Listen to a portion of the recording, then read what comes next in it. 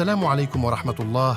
تقبل الله صيامنا وصيامكم، وأهلا وسهلا ومرحبا بكم في برنامجكم الرمضاني إزكاة المقول. إعداد وتقديم سيد أحمد أحيمد.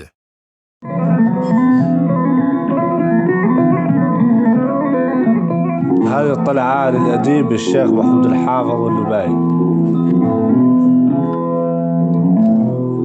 قال عاطب اللي في المهرجان للقمان وللبيضان، عاطي فيهم واللي عجلان بل ماني فيهم واللي وتهيدين على الصيت فلان، عاطف اللي فيهم واللي وسوين قال فلان يبان بقناه الا عاد مغلي، غير منين يقوم فتيان في المديح يروق بلي، لا هنا ظهر بين القمان بغلاين نمشي ونولي ونجيب اطلع مديح متانا عم بلي ماني متخلي.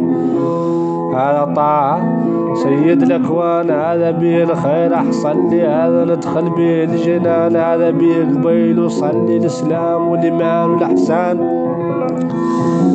يلا لي ماذا حاصل لي والخاطمة حمان، بقيه بعيد من اللي يحجل لي ولا نرخي جلي والرعلي بي اللي ما هو نازل لي.